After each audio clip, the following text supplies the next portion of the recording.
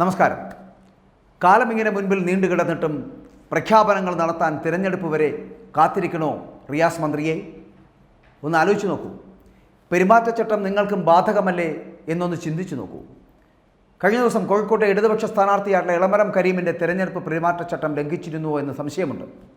കാരണം ഗുരുതര ആരോപണങ്ങൾ ചില മാധ്യമങ്ങളടക്കം ഇപ്പോൾ ചർച്ചയാക്കുന്നു എന്നുള്ളതാണ്. കോഴിക്കോട്ടെ ഇടതുപക്ഷ സ്ഥാനാർത്ഥിയാണ് ഇളമരം കരീം എന്നറിയാമല്ലോ. ആ ഇളമരം കരീം നളന്ദ ഓഡിറ്റോറിയത്തിൽ പങ്കെടുത്തുകൊണ്ട് അവിടെ ഒരു കായിക സംവാദത്തിൽ റിയാസ് മന്ത്രി ഉദ്ഘാടന പ്രസംഗം നടത്തുന്നു.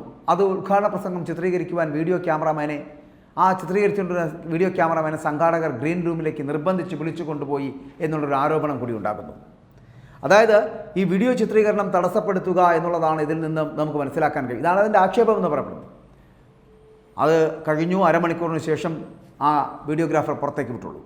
കോഴിക്കോട്ട് ഒരു നല്ല രാജ്യാന്തര സ്റ്റേഡിയം യാഥാർത്ഥ്യമാക്കാൻ ഇടത് സർക്കാർ നിശ്ചയിച്ച വിവരം സസന്തോഷപൂർവ്വം നിങ്ങളെ അറിയിക്കുകയാണ്.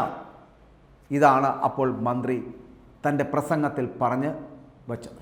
നിമിഷങ്ങൾക്കകമാണ് വീഡിയോഗ്രാഫറെ സ്ഥാനാർത്ഥിയും സഹപ്രവർത്തകരുമൊക്കെ അകത്തേക്ക് കൊണ്ടുപോയത്. ഇത് പറഞ്ഞ നിമിഷങ്ങൾക്കകം. ആ പ്രഖ്യാപനം ഒന്ന് ആലോചിച്ച് നോക്കുക. മന്ത്രി മുഹമ്മദ് റിയാസിൻ്റെ പ്രസംഗത്തിലെ പ്രഖ്യാപനങ്ങൾ പുറത്തു വരാതിരിക്കുവാനും ഒപ്പം തന്നെ തെളിവുകൾ തിരഞ്ഞെടുപ്പ് കമ്മീഷന് കിട്ടാതിരിക്കാനുമാണ് ഇത് എന്നുള്ള വിലയിരുത്തലാണ് പുറത്തു വന്നുകൊണ്ടിരിക്കുന്നത്. മന്ത്രിമാരും മറ്റുമൊക്കെ ചട്ടലംഘനം നടക്കുന്നുണ്ടോ എന്നുള്ള ഒരു പരിശോധന അത് പരിശോധിക്കുന്നതിന് വേണ്ടിയിട്ടാണ് തിരഞ്ഞെടുപ്പ് കമ്മീഷൻ പ്രസംഗം റെക്കോർഡ് ചെയ്യുന്ന ഒരു സമീപനം സ്വീകരിച്ചിരിക്കുന്നത്.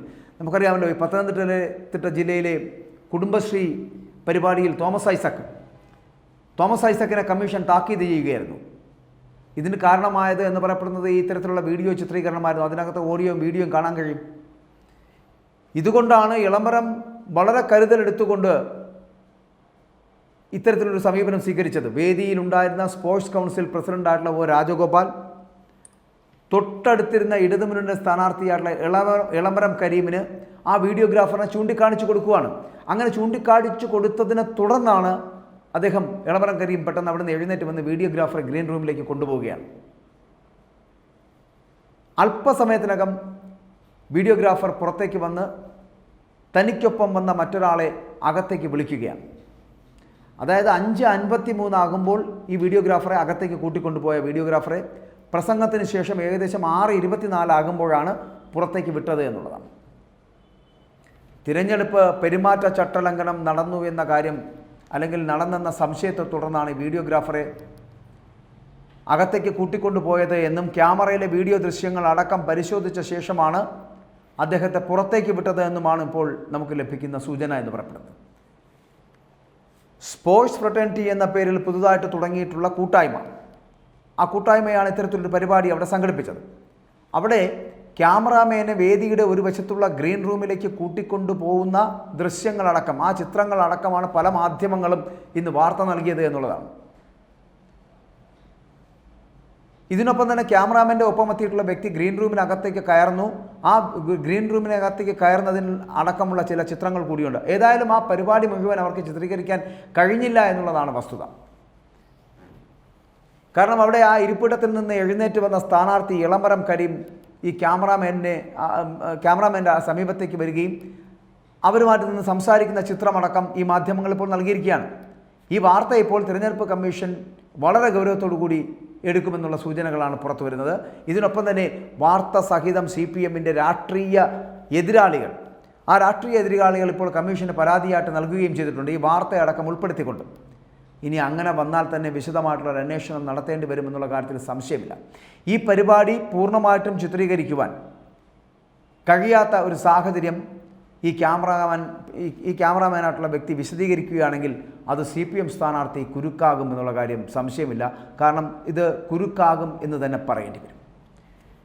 ഞാൻ ചോദിക്കുന്നതൊന്നുമല്ല, ഇത്രയും കാലം ഇവിടെ ഉണ്ടായിരുന്നു, ഇത്രയും കാലം മുൻപിലുണ്ടായിട്ടും എന്തുകൊണ്ടാണ് പ്രഖ്യാപനങ്ങൾ നടത്താൻ ഈ സർക്കാരിന് കഴിയാതായി പോകുന്നത് എന്നുള്ളതാണ്.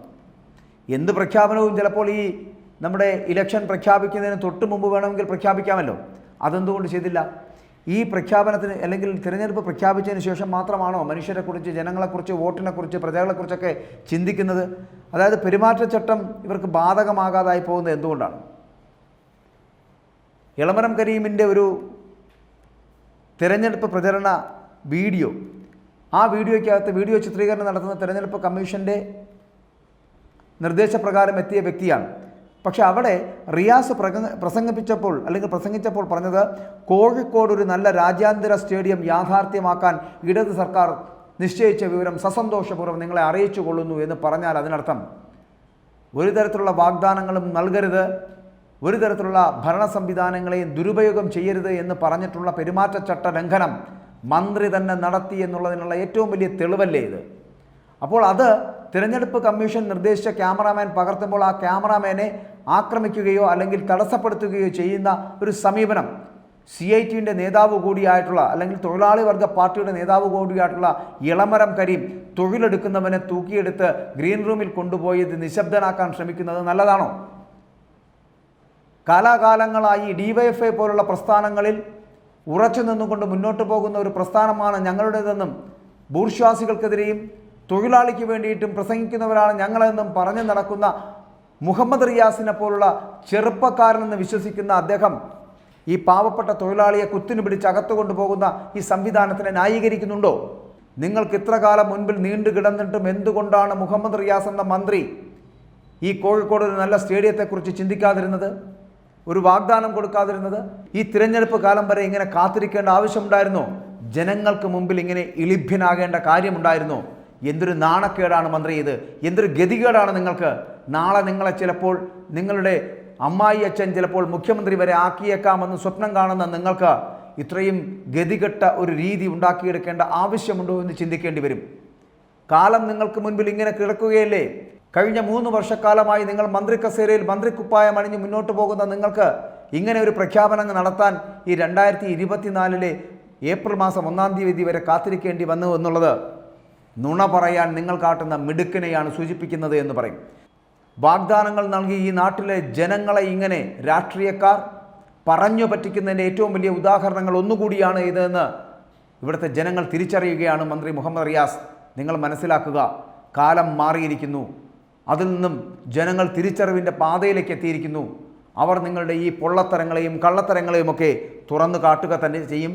നിങ്ങൾക്ക് വേണ്ടി കീ ജയ് വിളിച്ചും നിങ്ങൾക്ക് വേണ്ടി ഇൻകുലാബ് സിന്ദാബ് വിളിച്ചും നടക്കുന്ന ഈ അണികൾ അവർ ചിലപ്പോൾ നിങ്ങൾക്കുണ്ടായിരിക്കും. അവർക്ക് ചിലപ്പോൾ നിങ്ങൾ പറയുന്നത് വേദവാക്യങ്ങളായിരിക്കും. അതല്ലാതെ ഒരു വലിയ വിഭാഗം ഇവിടെ ഉണ്ട്, നിഷ്പക്ഷമതികളായിട്ടുള്ള വോട്ടർമാർ. അവർ തീരുമാനിക്കും നിങ്ങളെപ്പോലുള്ളവർ വേണമോ അതോ നിങ്ങളെപ്പോലുള്ളവർ വേണ്ടയോ എന്ന്. കാരണം വാഗ്ദാനങ്ങൾ നൽകി വഞ്ചിക്കാനുള്ളതല്ല ജനങ്ങളുടെ ജീവനെന്ന് മനസ്സിലാക്കുക. വാഗ്ദാനങ്ങൾ നൽകി വഞ്ചിച്ചിരുന്ന ഒരു കാലമൊക്കെ ഉണ്ടായിരുന്നു, അതൊക്കെ മടങ്ങിപ്പോയി എന്ന് മനസ്സിലാക്കുക. മുഹമ്മദ് റിയാസ് എന്ന് പറയപ്പെടുന്നത് ന്യൂജൻ മന്ത്രിയാണ് എന്ന് തോന്നുന്നുണ്ടെങ്കിൽ ഈ കാലത്തിനൊപ്പം സഞ്ചരിക്കുവാൻ ശ്രമിക്കുക.